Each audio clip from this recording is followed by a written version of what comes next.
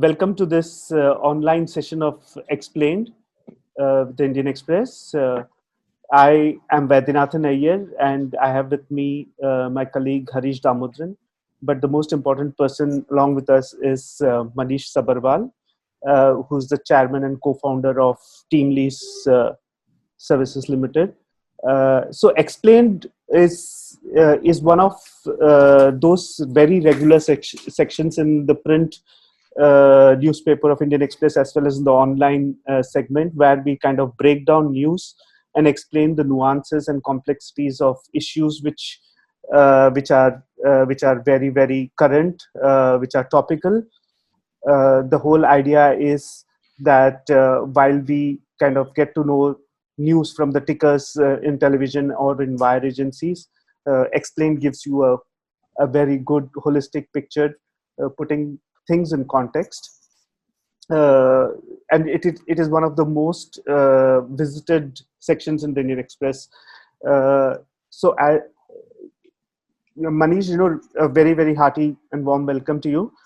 Manish, as I said, is chairman and co-founder of TeamLease Services, which at any point of time, places about 2 lakh people, has in place about 2 lakh people across industries in India. And I was reading up and looking at various videos of Manish in previous where he has spoken on employment, on skills and vocational training, on apprenticeship.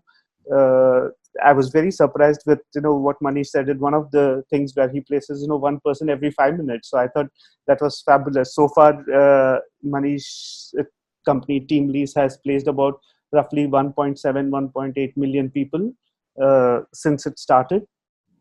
Manish has also advised various state governments and the central government on a variety of aspects related to jobs, starting with education, starting with employability, skills training, vocational training, even on labor laws. And he's also on the board of central board of the Reserve Bank of India now. So Manish, once again, a warm welcome. To kick off the conversation, Manish, one of the biggest fallouts of COVID has been, and the subsequent lockdown has been losses with, migrants going back home and think tanks like number crunchers like CMI actually saying about how unemployment rate increased, kind of reached 25% in April, the first full month of lockdown. As the economy kind of unwinds and as we look at an unlockdown phase, migrant workers are still kind of not really coming back. From field reports that we get from across states like Bihar, UP, Uttar Pradesh, Odisha or West Bengal, migrant workers seem a little more skeptical, and they say that will be could be 2 months, could be 5 months, depending on the trajectory of COVID itself. So in this scenario, given this scenario, how do you think that industries, factories, be it in manufacturing or in services, will be able to kind of open up? See, the strongest and oldest emotion is fear. And the strongest and oldest fear is fear of the unknown. So I think that, and I think people should be fearful of the unknown right now because we're absolutely unmodelable. We don't know whether we are at the start, middle, or the end of the virus. If anybody can tell us whether this is going to be 2 months, 3 months, or 6 months, he's either a fool or he doesn't know what he's talking about. So I think that the reality is when confronted, there is uncertainty and there is risk. Risk is where all of us operate, which is we can model different probabilities. Corona is uncertainty. We don't know when the virus will come.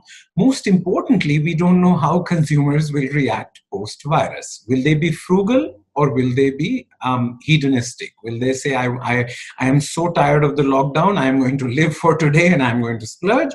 Or will they say, my God, I have to save more money? So I would say it is absolutely impossible for anybody to model how the next 3 months, 6 months, 9 months will look like. But I think what is also clear is that we can never eliminate risk. We will have to manage risk and mitigate it. The one size lockdown, one size fits all lockdown, it was okay for 15 days, it was okay for 30 days, but it is time for it to end, because we are all in the same storm, but we are not in the same boat. Depending on your company, how much debt you have, depending on where your clients are concentrated, depending on whether you're a business to business business or you're a business to consumer business, depending on whether you deal with human beings. I think there's so many variables, and every company has to cope with itself. Companies are not ponds, they are rivers. Shareholders don't pay salaries, customers do. And if shareholders were forced on a strike in the last 3 to 4 months, I think that it is very important to recognize that the real pain will only get crystallized after the lockdown is lifted, or we know where we're going. I disagree completely with all these ayatollahs of statistics saying India's unemployment rate is 27%. That's like saying the unemployment rate on Sunday afternoon is 75%. You can't go to your office on Sunday afternoon. Your office is closed on Sunday afternoon. So in a lockdown, which is not like America, which is shelter in place, which is voluntary, in India, this was a legal lockdown. So I would submit that any calculation of unemployment at this time is not only, it has the efficacy of palm reading or astrology, and it's absolutely no use for us in policy making. Outrage is the business model of social media, but outrage is a poor basis for policy. I think, Manish, you have set the thing really properly. Like, as you said, whatever, 100 million jobs lost was something which was to be expected. Whatever, 400 million people were employed on an average, and that has come down to now, whatever, 300 million or something. Maybe it will go up. But I'm looking at the larger point. See, the protagonist in the Hindi films of the 1970s, 80s was the angry young man, right? Not having jobs, Amitabh Bachchan, Nana Patekar, etc. Then last 25 years, the hero became a more sort of a self-assured, consumerist, pleasure-seeking, holidaying kind of a guy, looking for, things other than jobs. He had gone beyond jobs.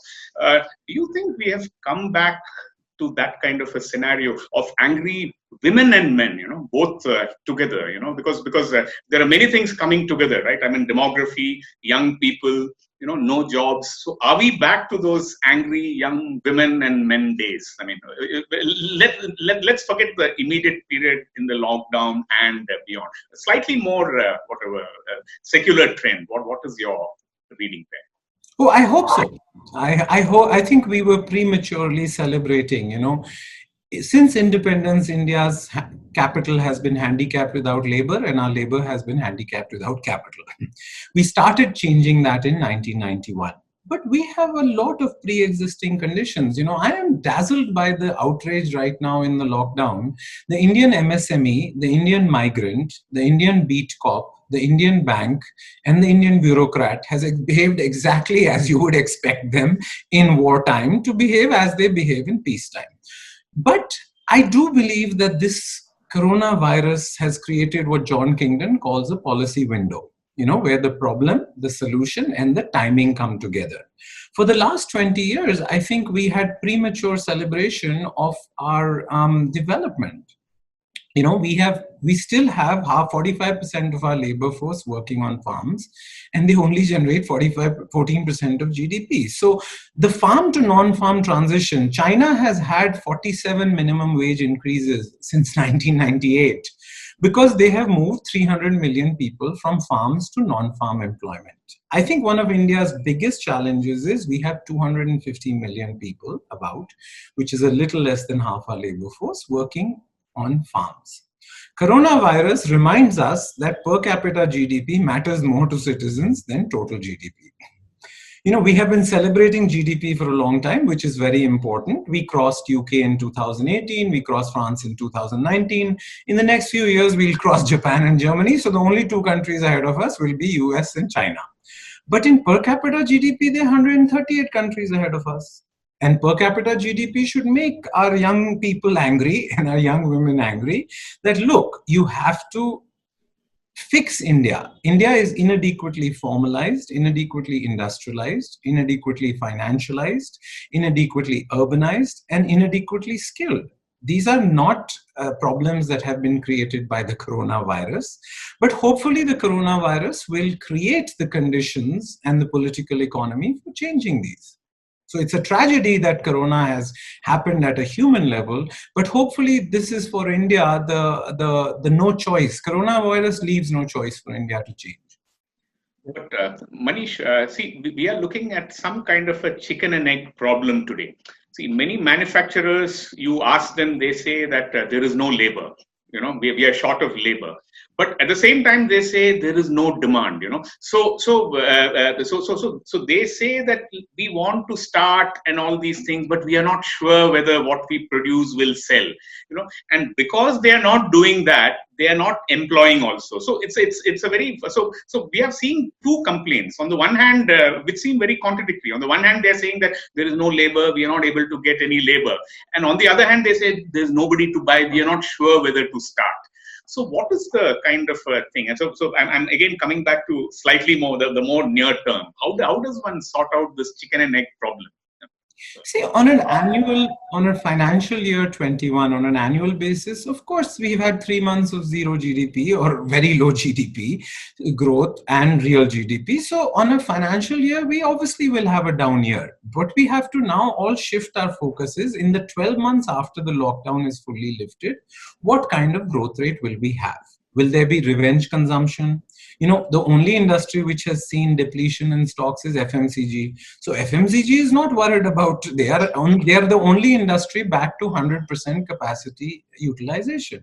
But cars, consumer durables are all at 25, 50 because they are sort of, so I don't think that the binding constraint for employers right now is labor. We can discuss the migrant issue separately. I think the binding constraint for companies to get back is consumers and the ending of the lockdown. So we will only get a biopsy of whether consumers are going to be like, PG Woodhouse, who said, who sat on a hot stove will never sit on a cold stove again, or whether they are going to be hedonistic and revenge consumption. I think that in the 12 months, it is my belief that in the 12 months after the lockdown is fully lifted, because supply chains and distribution chains don't follow the red-green zones, so we will never be fully back to normal till we have a lift up of the lockdown. But in the 12 months, we will be back to our trajectory of 4 to 6% growth after the lockdown is lifted.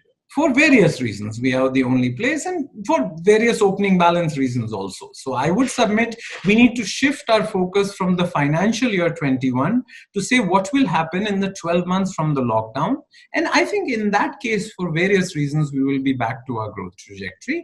But I hope we would have got rid of many of the structural constraints which have held India back. India and China had the same per capita GDP in 1997. Today, they are 5 times more than us.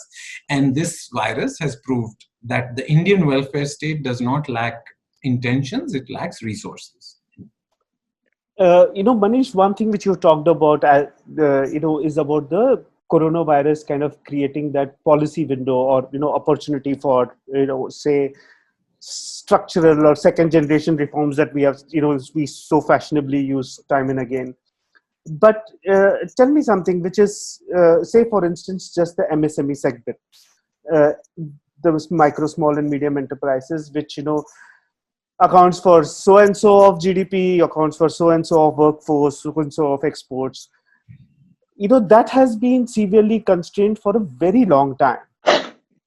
So my question is, if, say, for instance, as you also said that, inadequately financed also, as one of the kind of handicaps for India, the MSME segment has remained inadequately financed for a very long time, and the traditional mechanisms of financing the MSME segment, which probably through banks goaded by RBIs or by banks giving money to NBFCs, which further on lend to MSMEs. The NBFC segment, non-banking finance segment, being completely broken now because of, say, 2-year-long issues, and banks turning risk averse. Doesn't it kind of impose a double whammy on MSMEs with this lockdown, and what can structurally change in terms of policy opportunities available now? I mean, so those are two different questions. One is MSME and one is finance. I'll cover both of them in sequence. MSMEs is, as an entrepreneur, there are two kinds of companies I have learned you can create: a baby and a dwarf. A baby and a dwarf are both small. The baby is going to grow. The dwarf is going to stay there. I can say that because my first company was a 50 crore company and my second company is a 5,000 crore company. So my second company was a baby and the first one was a dwarf. And to me, it is obvious what is the difference. I would submit India is a nation of corporate dwarfs. We have 63 million enterprises, but we only have 19,500 companies with a paid up capital of more than 10 crores. So 63 million enterprises have lots of labor and no capital. 19,500 companies have lots of capital and no labor. So, but my submission to you is we don't need 63 million enterprises. The US economy is 8 times our size and it only has 24 million enterprises. So many of these enterprises are what an idiot Russian economist in the 1920s called self-exploitation. They're not self-employment, they are self-exploitation, where you don't price your wife, you don't price your kids, you don't price your resources, and you say that I am viable. So I would submit that the noise which you hear around MSMEs or in the labor market is because the two shock absorbers of India's labor market, which were farm employment and self-employment, are no longer working. We are no longer willing for self-employment. So I think that Indian 63 million enterprises were anyway going to come down because of GST. Were anyway going to come down from various structural factors. But the second point of why have we not been able to get finance to these people is an important one. But I wouldn't blame banks only for that, right? Because banks have lending powers. They don't have spending powers. MSME lending in India is not a 3%, 2% NPA business. It is a 15%, 20% NPA business sometimes. And so I don't think that, RBI should, force banks to lend. I mean, you can hit them with a big stick now and make them lend, and then we'll take a bigger stick and hit them for NPAs 3 years from now. India's credit to GDP ratio is 50%. It should be 100%. I think China's 300% credit to GDP is the wrong number. But how do we get from 50% to 100%? Now, one way you could do it is what we did between 2008 and 14. 18 lakh crores in credit went to 54 lakh crores in 6 years. But then we had 14 lakh crores of NPAs. So I think we need a more sustainable way to raise our credit to GDP ratio. And I would submit there are 5 ways to do that. One is we need more competition in banks. We had 94 banks in India in 1924. We had 97 banks in 1947. Today we have 95 banks. So we clearly have not moved the number of banks. So you need many more banks.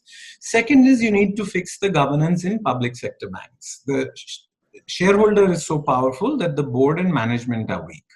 We need to fix the governance in private banks. There the CEO is so powerful that the board and shareholders are weak. Next, you need to raise your game in regulation and supervision at RBI. And the fifth one is you need to stop treating non-banks as stepchildren. UPI or our digital payments took off when non-banks became the rocket for UPI. We reached 1 billion payments a month in January. We'll get to 1 billion payments a day. In fact, COVID may have accelerated that.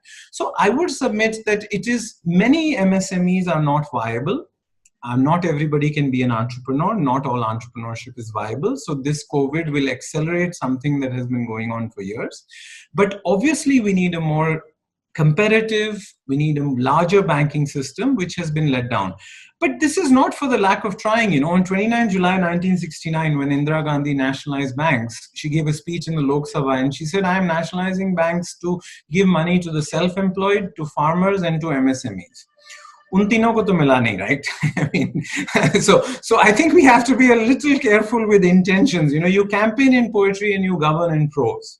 So I would submit that this sort of raising credit to GDP ratio is a plumbing problem. I think we know the solutions, and hopefully this coronavirus or this tragedy of MSMEs will force everybody in the ecosystem to recognize that taking 50% credit to GDP ratio on a sustainable basis to 100% is a really important reform we left out of our imagination when we started in 1991.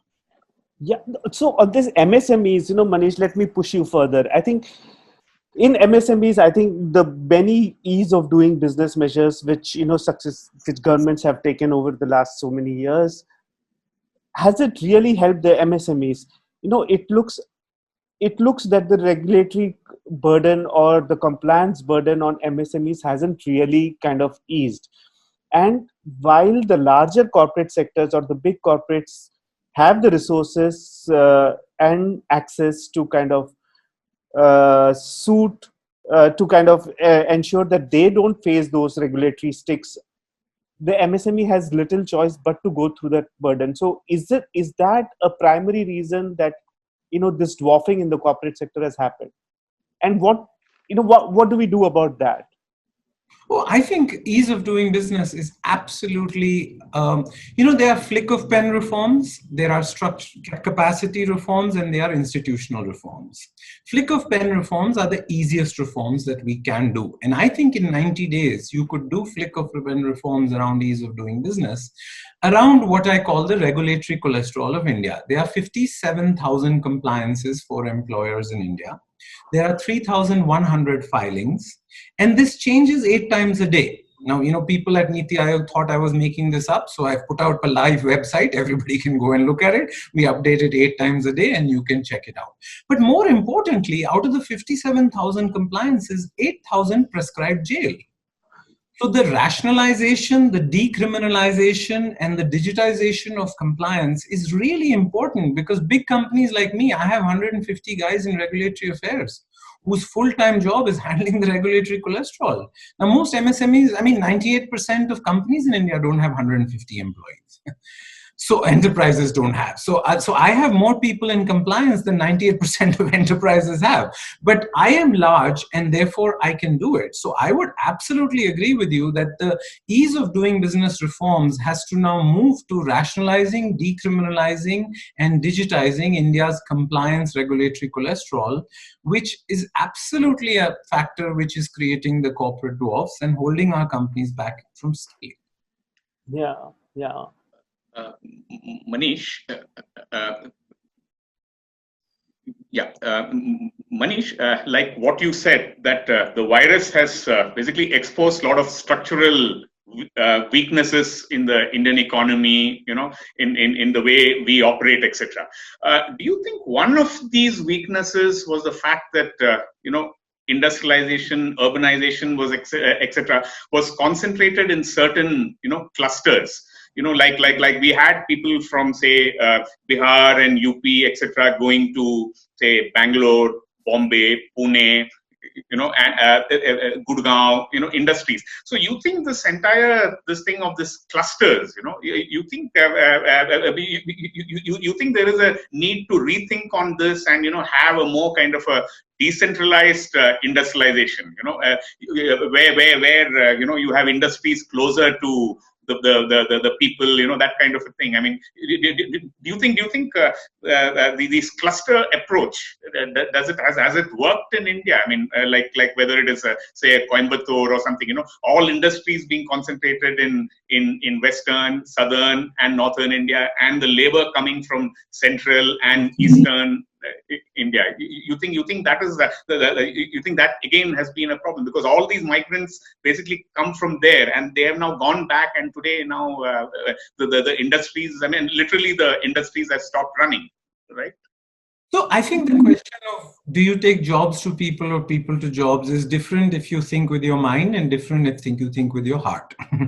If you think with your heart, you will say, I want to take jobs to people because the life of migrants is tougher than residents. And as this virus has shown, residents have had a better life. If you were lucky enough to be born in South and West India, then rather than being born in the East and North of India, you had a better time in the lockdown than you did. But I think history suggests that you can't take jobs to people, you have to take people to jobs. Chinese New Year is a 4-day weekend in February. 250 million people buy a train ticket and go home for Chinese New Year. We don't have that on Chhat, Diwali, Eid or Christmas. So despite our belief that India is a huge migration population, it's only 40 million in the labor force. It's only 70 million total interstate migrants. So in China, there are 450 million interstate migrants. So I think that difference between India and China is probably why China's GDP is 4 times India. Because you cannot take jobs to rural areas. You have to convert more of Indian cities to be fertile habitats for job creation. India only has 52 cities with more than 1 million people. China has 375. We have 6 lakh villages. 2 lakh of those villages have less than 200 people. You can't take jobs to a village with 200 people as much as we may desire it to be. So this is why 29 chief ministers matter more than 1 prime minister. And this is why 100 mayors matter more than 29 chief ministers. China's genius wasn't some Ayatollah in Beijing issuing fatwas. It was 200 mayors competing for investment. And so I remember, in 10 of Indira Gandhi's speeches, I remember her saying that strong states lead to a weak nation.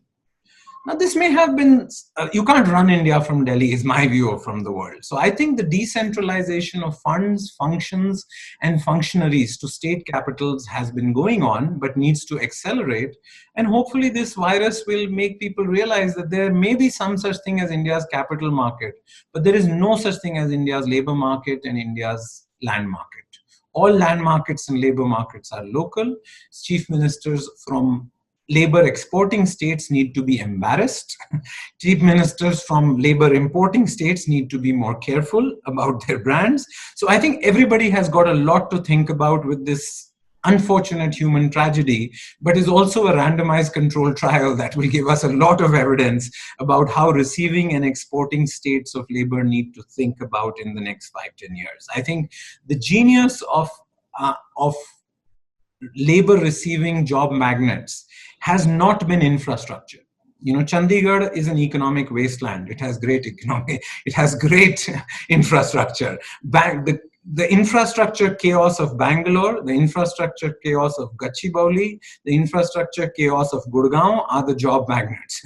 So we need to recognize that it's not infrastructure which makes job magnets, it's the intersection of human capital, it is the intersection of infrastructure, and it is the intersection of cosmopolitanism that makes job magnets, at least in the modern world. Why did Bangalore become Bangalore is a really interesting question.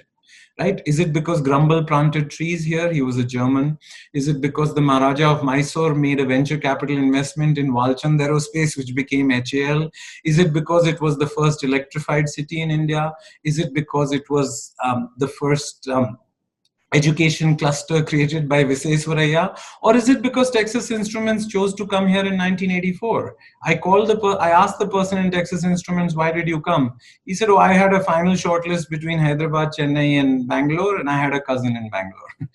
So there's no real story to this, but the reality is that I think that job clusters cannot be created by regulatory fatwas, as we saw in Baddi. Baddi was created for 5 years, and Baddi, now that the tax incentives have ended, has been evacuated. So I think the creation of job clusters is a complex cocktail of many factors, but absolutely, we need 200 cities with 1 million people, not 52. So this this window of opportunity, which some of the state governments and even the central government seems to kind of see in the post-COVID scenario, is about getting jobs to the people. They're saying there are talks of say balanced regional balance in creating opportunities, but that you would require, that I would imagine you would say that it requires a lot of plumbing across, say, labor laws, across infrastructure. Is that so? I think that we can talk about regional development, but only 5% of population growth will be in the 5 states of Gujarat, Maharashtra, Karnataka, Andhra, and Tamil Nadu, and 45% of GDP growth in the next 20 years. 5 states of North and East India, Uttar Pradesh, Bihar, Odisha, Madhya Pradesh, and Jharkhand will be actually 45% of population growth, and on current trajectory, only 15 to 20% of GDP growth. So we may end up with a Chinese New Year anyway, right? I think that it would be a little sort of arrogant to say that overnight UP can become a fertile habitat for job creation. My parents retired to Kanpur. The four fastest growing industries in Kanpur are private bottled water, private security, private generators, and private schools. The UP state has a lot to do before it starts attracting Infosys to set up a Kanpur campus. So I would submit that while I hope that all the labor exporting states will figure out how to retain their talent close to home, I think that it would not be possible in a 5-year, 10-year time frame. I think if anybody puts his mind, they can make it in a 10-year time frame. So in the short run, I see a lot more migrants heading out because it's just not going to be viable for them. Migrants were not running towards cities. They were running away from economic wastelands. I think that they were not voluntary migrants. They were involuntary migrants. And frankly, their self-esteem and came from the remittances they sent home. And so while many will be welcome home, I don't think that they're going to stay there. Yeah. One of the things which has become also quite fashionable now, Manish, is this work from home concept where, which we hear a lot in, say, IT sector, but does it go beyond the IT sector, work from home? Well, no, work from home is the most regressive tax you can ever impose on India's labor force. Work from home works for 5% of Indians who have broadband or 5% of the people who use their minds. 95% of India's labor force uses their hands and legs, and they cannot work from home. So I think we have to be very careful in recognizing that work from home works for the cognitive elite, it works for mind workers, and maybe, IT will permanently go to 15, 20, 25% of their labor force working from home because it has been proven that it can work. But for most people, it has provided continuity. It has not provided productivity. It is still too early to tell. Andrew Carnegie was once asked how many people work at US Steel. He said about half. Most CEOs I am asking how is your productivity from working from home? They said about half the people are productive. Frankly, it's probably true for my company. If the other half was honest, they would apply for leave, right? They are not working from home, they are at home. So I would be careful with this work from home being a permanent condition. But I believe that, pre-COVID, work from home was about 3 to 5% of the labor force. Post this, it will move up to somewhere between 5 and 12% of the labor force. But it's not going to 100. And frankly, working from the argument against offices is like making an argument against cities. New York City's GDP is equal to Russia with 6% of the population and 0.0000005% of the land. There are benefits to coming together, which is why people live in New York and which is why the per capita income of New York is $93,000.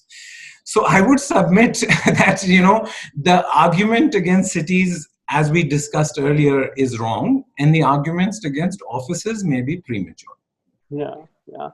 One or two last questions, and then I'll open it to our viewers. One is about this migrants, the migrant importing states. I would say those who are getting migrants from other states.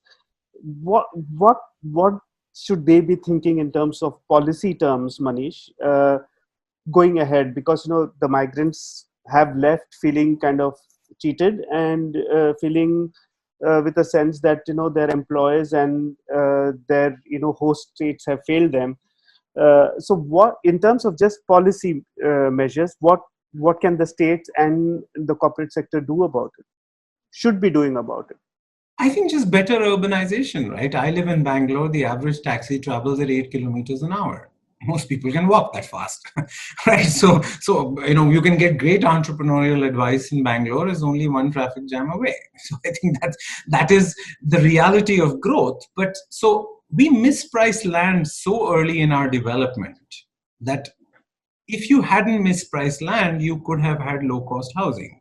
So I think that public transport, mispricing land are all things that are absolutely key to the divergence between real wages and nominal wages that has happened in big cities. right? Yeah. Khana, rehna, office jana are three costs which employees care about. So they care about real wages. Employers care about nominal wages. So we have to reduce this gap between real wages and nominal wages in big cities. And that is a whole 20, 30 things that will have to be done for that. I don't think there can be one thing, but fundamentally the challenge in our cities is because we misprice land, we have created this wedge between real wages and nominal wages. But I think that the host, unfortunately, the lack of good competition from labor exporting states mean that labor importing states will still have it good for another few years. You know, Arthur Lewis is one of my favorite Jamaican economists. He said wages will not go up in an economy until you run out of farm labor. Hmm. And I think India still has 200 million people who need to get out of farm labor. So unfortunately, the 47 minimum wage increases which China had will not happen in India till we move another 100 million or 150 million people out. Yeah, yeah. And finally, you know, a question which would interest all is about, you know, which are the sectors in this, you know, in this gradual opening up of the economy, where are the jobs? Well, I think sales, customer service, and logistics, which are the three fastest growing segments of the job market at the bottom of the pyramid, will continue to be our sort of places to go. But obviously, digital learning has been brought from 2030 to 2020 in 60 days. I think digital payments have been have accelerated. Our billion payments a day will become much 5 years faster than we had thought it would be.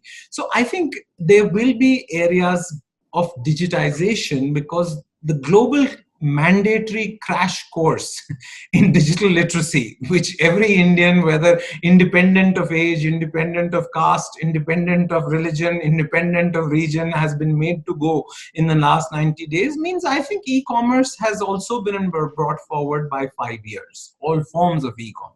Now the question is, how will that play out? So I would say sales, customer service, logistics, and obviously jobs which are related to digitization. But my submission would be is now after COVID, there is no such thing as a technology company. Every company is a technology company. Yeah. Because how you interface with your customers, how you service them, how you distribute your goods. Car dealerships, which are a huge client of mine, are going through such churn in terms of digitizing their interface, digitizing their delivery, digitizing everything, that I don't think we will see the old kind of car delivery dealerships that we used to see. And I used to think car dealerships will be the last to be sort of digitized. But if that is any indication, I think everybody needs to recognize.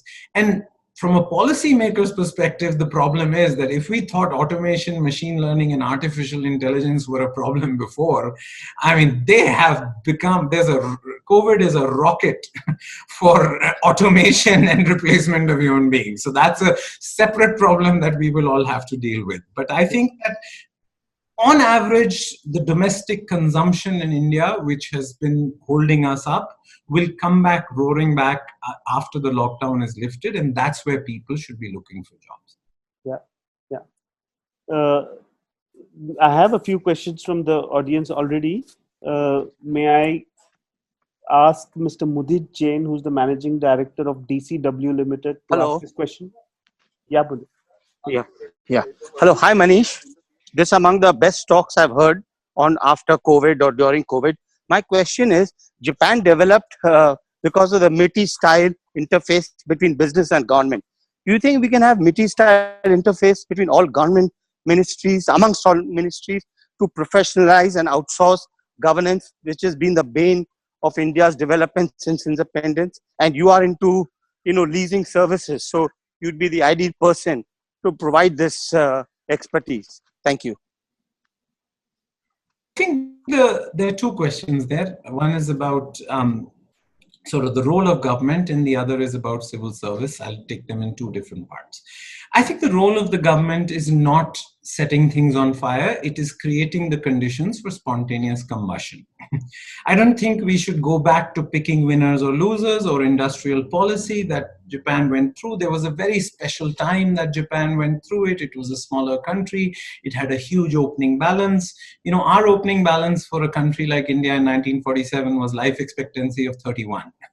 So I think that we are, the two. So we have to be careful with sort of industrial policy. I would not advocate industrial policy because our track record in that is not good. I think if we formalize, urbanize, industrialize, do ease of doing business reform, do education reform, do bank reform, do urbanization reform, we will be on our way. We don't need any industrial policy here. The question about civil service reform, I think, is important because the steel frame has become a steel cage. The 57,000 compliances, 3,001 filings come from a mentality of prohibited till permitted, come from a mentality of writing the law for a person who is going to abuse it. So I would submit that a massive civil service reform in structure also. I mean, we have 57 ministries. The US only has Japan only has 8 cabinet members, the US only have 14 cabinet members, and UK only have 24. So we don't need 250 people in Delhi with the rank of Secretary to Government of India. So I think that the civil service reform is also an overdue and a binding constraint for making sure that we get to the per capita levels, at least of China, which is $10,000.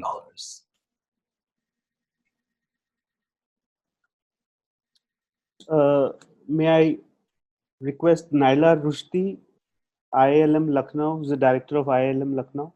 I represent a management college, and the natural concern is that what will be the future of the freshers, fresh management graduates. We've lost you, Naila. Yeah, go ahead. So, the concern is what will be the future of the fresh management graduates, what will be the job scenario like for them, and what would be the skill sets that a student should develop right now to be relevant post-COVID. So I think the bad news is that your students graduate to the worst job market in 20 years. The good news is that they are cheaper than old people. and many companies are recognizing that, they will be replacing middle management with younger people. So I would submit that in high tide, which is what India had for many years, the cylinder had become a pyramid. And many companies are now looking to go back to being an Eiffel Tower. Right? They will have a broad base and a very thin layer of top management. So I would submit that while your kids graduate to a very difficult job market, this is a job market where skills will matter more than the signaling value of education, where energy will matter much more than experience. And it's also a market, or at least we have learned that in a world where Google knows everything, knowing is useless. Right? The key skill is learning how to learn. The soft skills matter more than hard skills. Curiosity matters more than intelligence. So I would submit from a competitive advantage perspective, younger people have an advantage in this job market over older people. But obviously in the short run of 2 or 3 months, we have to be very careful with our kids, and they must use this downtime to brush up their digital literacy skills, to brush up their soft skills, and obviously stay in touch with the job market. I think as I started off by saying about the economy, we are all in the same storm, but we're not all in the same boat. And I would submit many kids who are graduating are in very strong boats, unfortunately for many older people watching this program. Well, thanks, Manish. Can I ask Pradeep Mehta, Secretary General of CUTS International?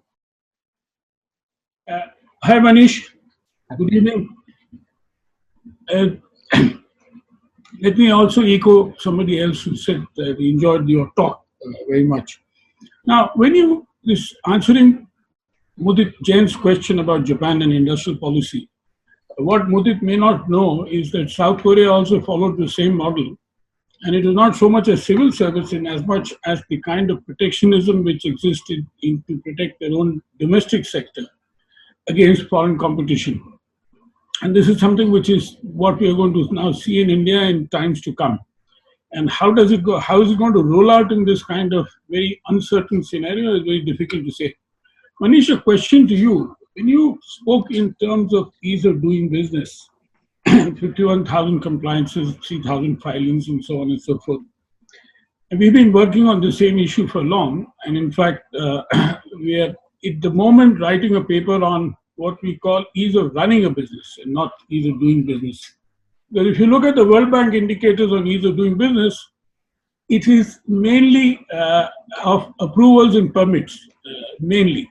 Of course, there are some other indicators, but it doesn't deal with the kind of issues which you spoke about or which we have been seeing, the kind of inspector Raj which exists, which you also pointed out, in the sense that there is a vested interest of the civil service in order to ensure that this kind of thing remains. And we all know that one of the reasons is that there is a lot of money to be made under the table. So you find, not only status quo is, but as well as vested interests who enjoy the kind of problems.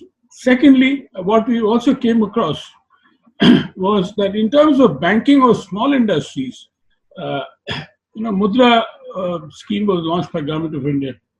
And you won't believe me that the banking staff at the lower level are now as corrupt as the netas that we have in the country. And I can tell you a very heartrending stories as to when the loan was sanctioned and without payment of a particular bribe, the loan was not disbursed. So, I mean, these are issues which are much more deeper. I mean, normally people don't talk about in drawing rooms or even on screen like this. But I think they have to be said if you want to ensure that the economy moves. Lastly, you spoke about the equilibrium in the labor market after this huge topsy-turvy movement of migrant labor from up and down, and somebody from Bangalore was sending an aircraft to get labor back to his site and so on. I mean, you keep on coming across these very interesting anecdotes. But are you very confident that it will find an equilibrium in another 1 year's time once the lockdown is over? And I don't know how long the lockdown is going to continue, because if you look at the rate of infection which is growing in India, it is certainly very fast, and we are in for deeper trouble as we move along.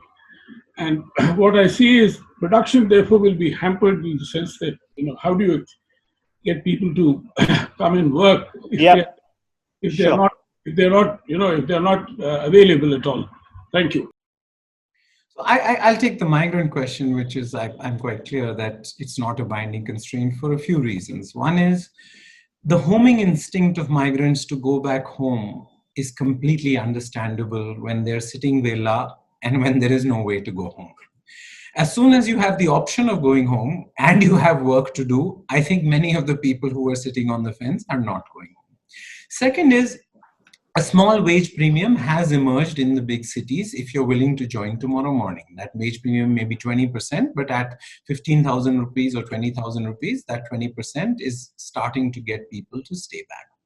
Third is employers are only, except FMCG, which is reaching 90, 100% capacity utilization. Everybody else is stuck at 25 to 50% capacity utilization and not sure when they should move to the next level of capacity utilization.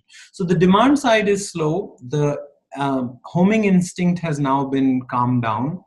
And of course, the wage premium has emerged. And of the 70 million interstate migrants, 30 million are dependents, 40 million are in the labor force. I mean, we can debate whether it's 2 million, 4 million, or 6 million who have gone home. I know there's some estimates of 10 million who have gone home. But in a 550 million labor force, this is a rounding error. And it's a human tragedy, but I don't think that labor is the binding constraint. I think demand is the binding constraint. I think working capital is the binding constraint. And I think this damn COVID is the binding constraint. So let's we have to get through the sequence of problems in the right sequence. I think that if there is a shortage of labor in this country, I mean, the wage premium will just pull people out of the, farms and villages into cities. And I think that would be a good thing. I really find this outrage at migrants to be a little surprising because I think that this was, if the patient is in the ICU, you don't ask them to lose weight or quit smoking. But if you're in the ICU for 20 years, somebody's going to ask us to quit smoking and lose weight. So I would submit that the solutions being proposed, fiscal policy and monetary policy, are inadequate for the India calibration and India's stage of development. The US Fed has expanded its balance sheet by $2 trillion in the last 21 days, and the US will be borrowing $3 trillion in the next 90 days. I don't think that will be possible for a country like India. So we have done what we are already at, maybe 9 to 11% fiscal deficit. I don't think we should be going to 15% fiscal deficit like the US or 19% fiscal deficit like Japan. So fiscal policy, we've done what we can. Monetary, I mean, RBI can do three things. It can reduce interest rates, it can give regulatory forbearance, and it can provide liquidity. That has been done. But we have hit the limits of that. We have to do structural reform. It is inescapable, it is unavoidable, and it is high time. Yeah. May I request Mr. D. Narayan Rao, who's the Pro Vice Chancellor of SRM University? Mr. Manish, you have nicely made a statement that COVID-19 has come as a rocket for AI and ML. I also feel that COVID-19 has moved India fast forward by about 5 years in terms of digitization and digital skill sets. Now, my question to you is, the world is expected to be different after COVID-19.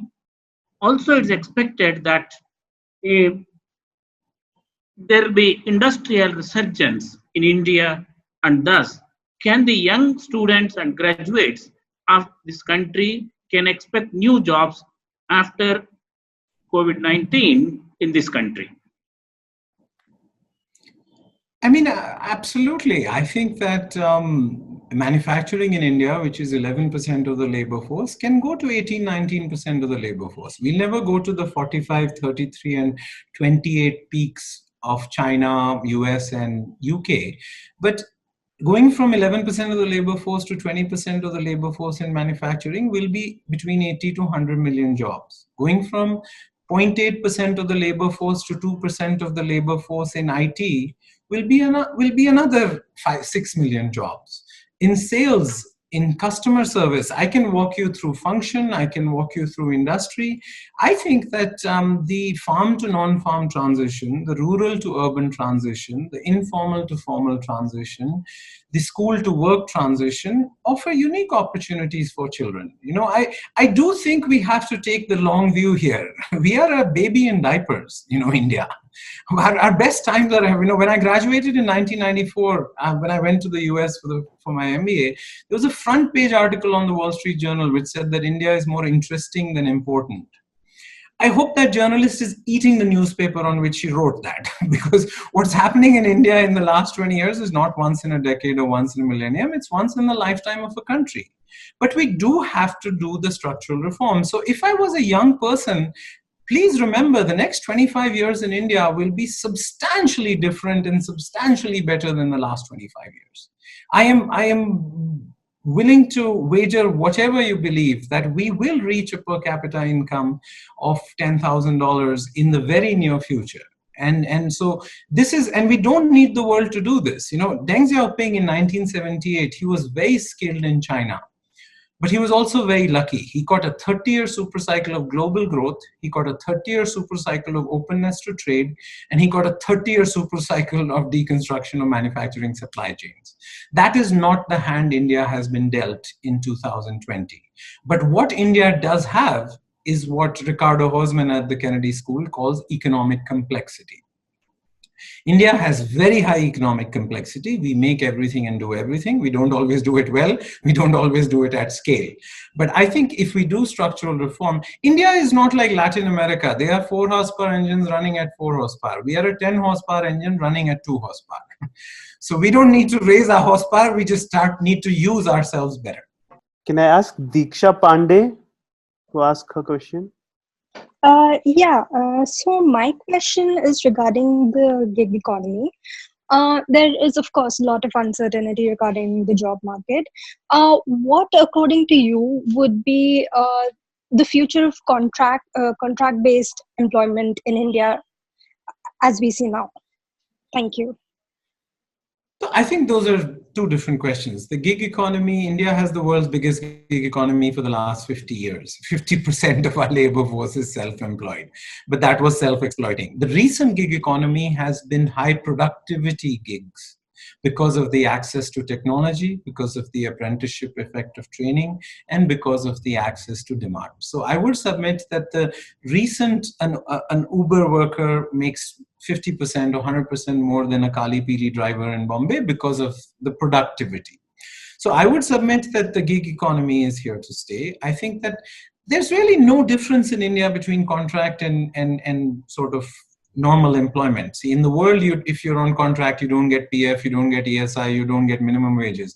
But in India, contract employees are legally required to get everything that a permanent employee is required to get.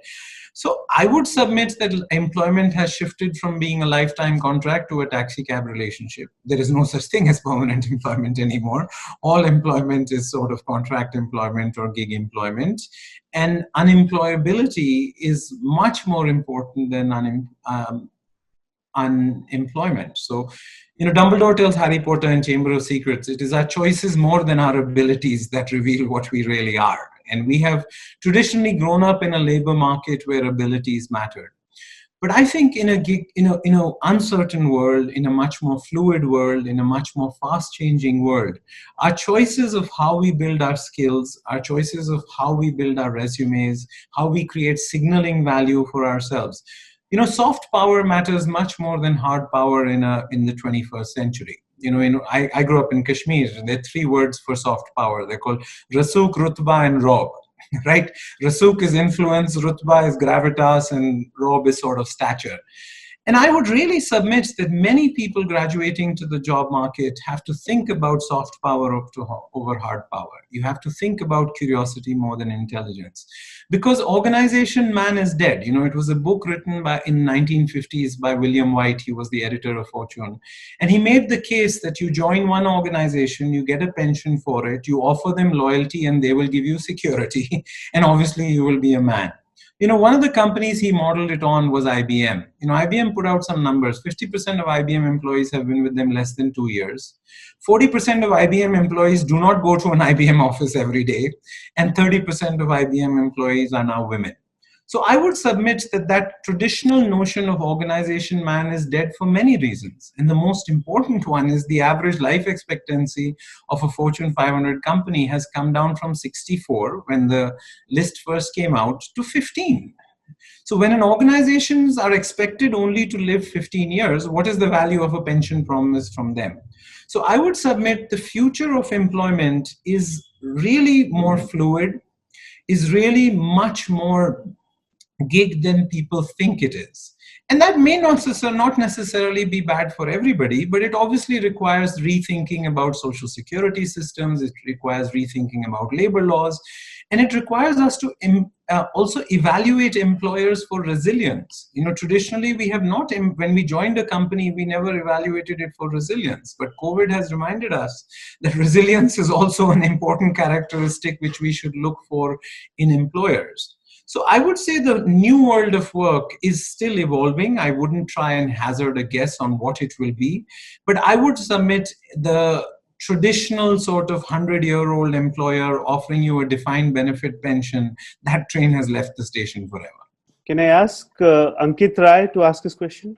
So my question today is, if we see the 2019 economic survey report, it indicated that one of the biggest reason behind most of the companies staying small and not scaling up is because of the policies like labor laws and others, where directors tend to open a new company rather than making it big. So due to this, they can't enjoy the economy of scale and even employ less people. So considering the COVID-19 created policy window, which you were talking about earlier, are we going to see reforms which incentivize businesses to scale up rather than branching up? And what will be the impact of policies like radical labor law reforms, which some states are introducing? So I think labor law reform does not mean no labor laws. I think that's an important distinction I would like to make. So, but I think that absolutely labor laws you can't comply with 100% of India's labor laws without violating 10% of them. There are 17 definitions of wages, there are 19 definitions of enterprises, there are 21 definitions of workers. So I am quite clear that one of the reasons 90% of our labor force is informally employed, or 85% now, is because of labor laws. There are many other reasons. I wouldn't claim this to be a single variable. So I think if states recognize the window that they have by using 254(2) of the Constitution, right? Till now we thought that states could not amend central laws. But 254(2) allows states to amend central laws, and Gujarat, Maharashtra, many other states, even Punjab and of course Madhya Pradesh are planning to, Assam has just announced it. So I think that, Rajasthan had tried it 5 years ago, but it didn't catch on. But I think post-COVID chief ministers are recognizing that this is a flick of pen reform. Institutional reforms, capacity building reforms take a lot of time. I hope that in the 90 days after the lockdown, we focus on flick of pen reforms, because flick of pen reforms are the lowest hanging fruit. Civil service reform will take a long time. Banking reform will take a long time. Education reform will take a long time. All of them are important. But ease of doing business, labor law reform are flick of pen reforms, which should absolutely be at the top of the agenda, because our capital is handicapped without labor, and our capital often treats labor as a disease to be eradicated rather than something to be embraced because of the labor laws. So I absolutely think it was the wrong choice for India so early in its development to adopt first world sort of labor laws. There will come a time at which we must evolve our labor laws, but I think the best minimum wage program is massive formal sector job creation. May I request Murli M to ask his question? Hello, Doctor. So one of the issues that I see is that when I speak to industrialists is that they are no longer willing to actually make things. For example, if you want to make a GPU or a CPU or a modem, like 5G modem, you can no longer get the know-how to make that. You can no longer import this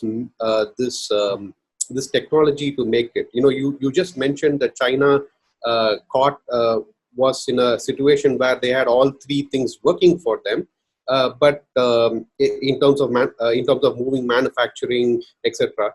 But today you live in a situation where you can no longer get these technologies. You can't import these technologies, and our education system does not allow. I mean, currently, I don't think is capable of creating these new technologies as of now. So, how do you think we will progress into the next step? I'm not sure our education system at the top of the pyramid has problems. Our education system at the bottom of the pyramid has problems. Only 45% of our kids in government schools. That's an embarrassment.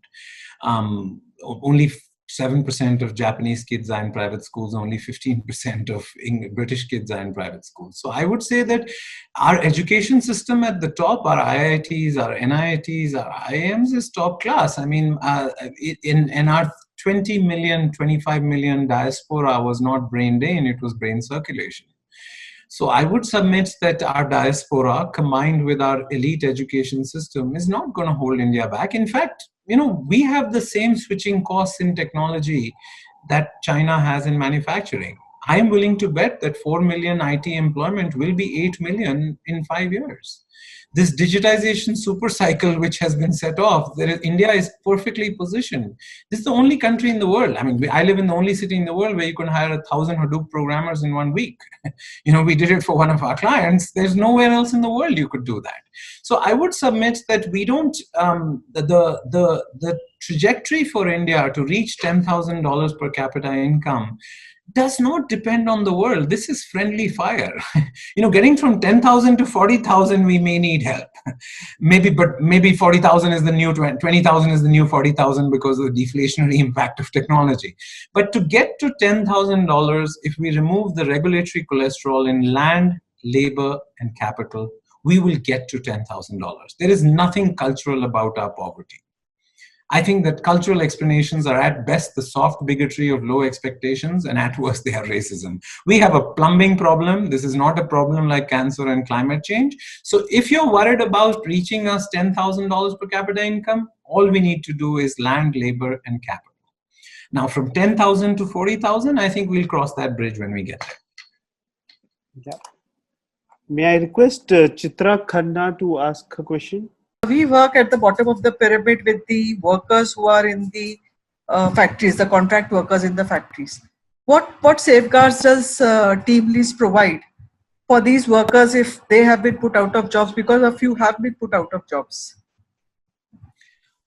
Safeguards in what sense? In terms of protection? Safeguards in the sense that they have been put to a job, they have been placed at a job by a contractor, and now they are out of the job. So what are the liabilities of the contractor when we say as a hiring agency?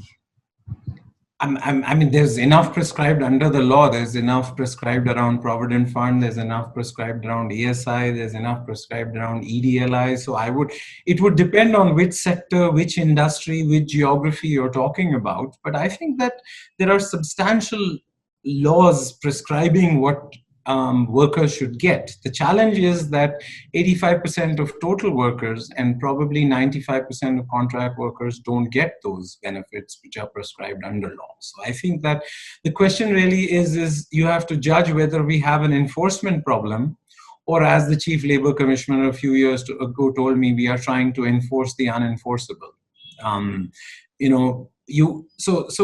I don't think India has a problem of laws prescribing the intentions. I think poverty and wages are about productivity. So if we raise the productivity of our cities, if we raise the productivity of our firms, and if we raise the productivity of our individuals, we will get out of this problem.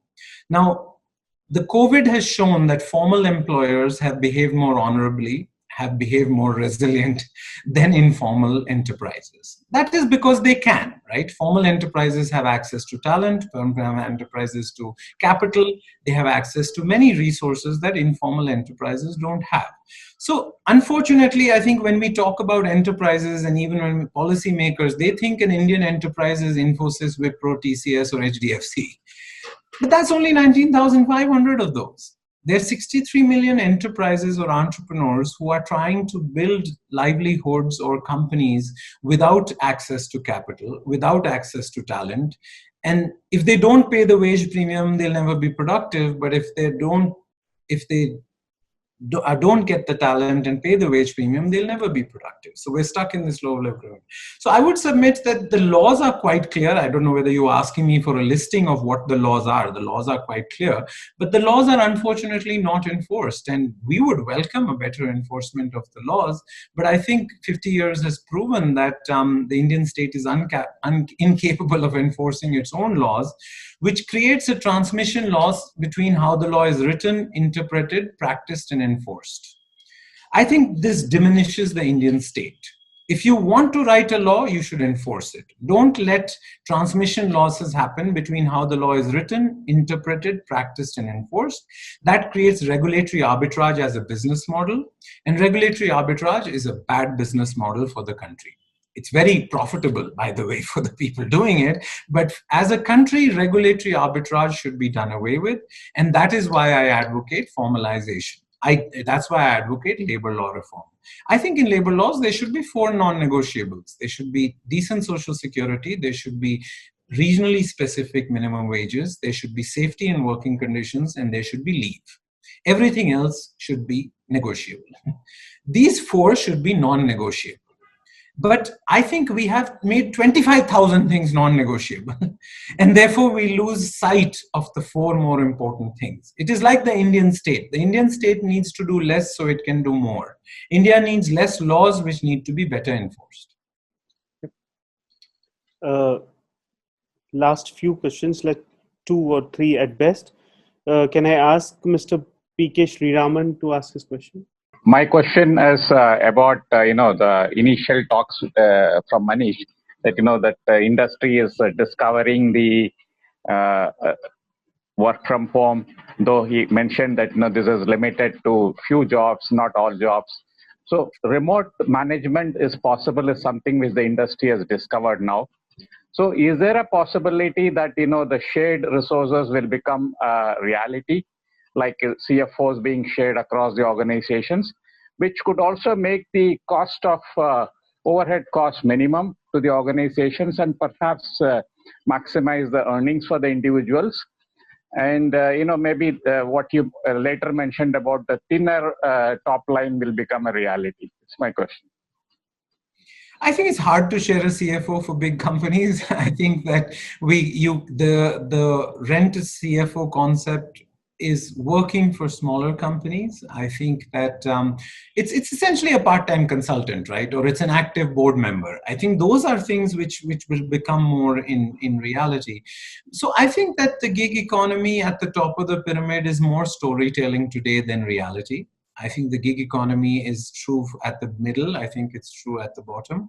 I think that new models of work which are emerging. But I think there was an economist called Ronald Coase, whose Coase's law about what would the transaction cost for having a CFO outside the company may be too high. So I think that companies who need CFOs inside will keep them inside, which will be large ones. Smaller companies will be able to rent them. I think there will be people who will work with 4 or 5 companies. So I think that this new world of work also does not just need people to change. It also needs organizations to change. It needs laws to change. I mean, digital learning for universities was illegal in India till COVID started.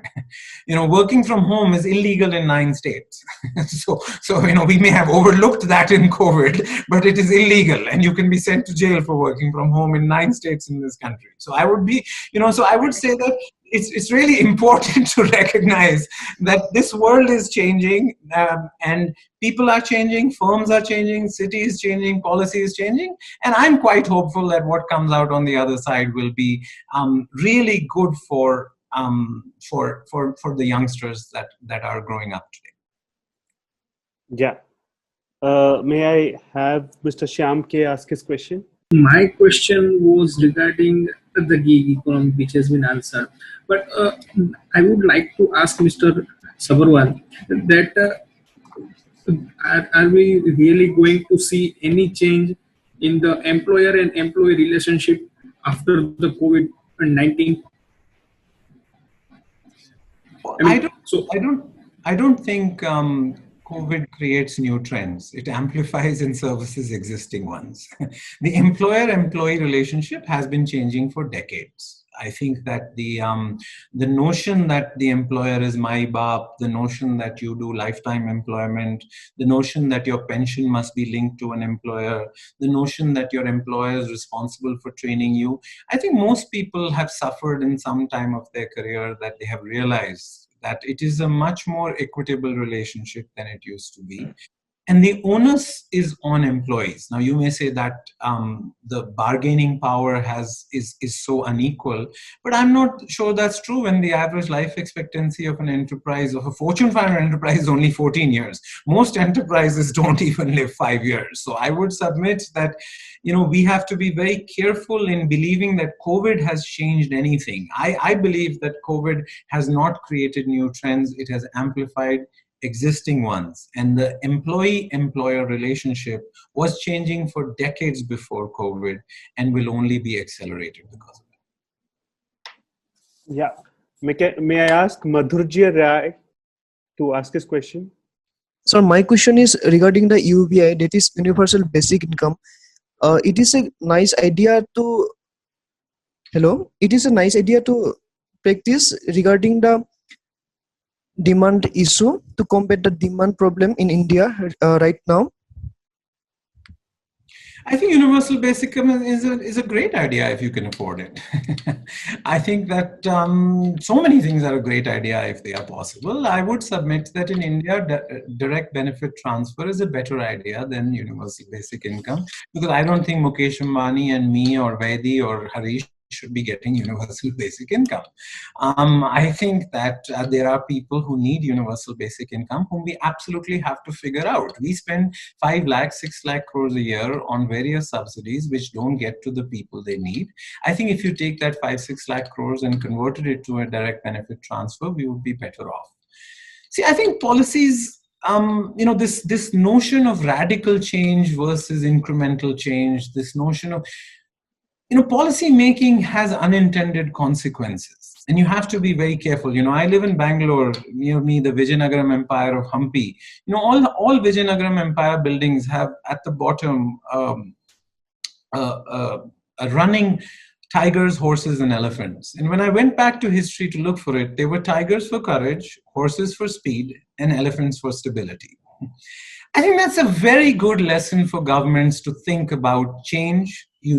There's a good status quo and there's a bad status quo. Sometimes we don't defend our good status quo as much, and we don't destroy our bad status quo that much. So I think there is a bad status quo today in subsidies, which can be converted to a defined benefit transfer. But I don't think India at $2,500 can afford a universal basic income.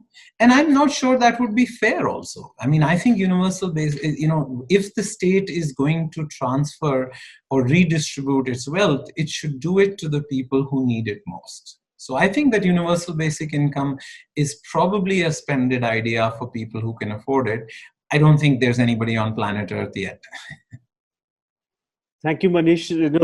There are many questions, but I think we are running out of time. Thank you so much for taking time out for this online explain session. I'm sure everybody kind of learned quite a bit.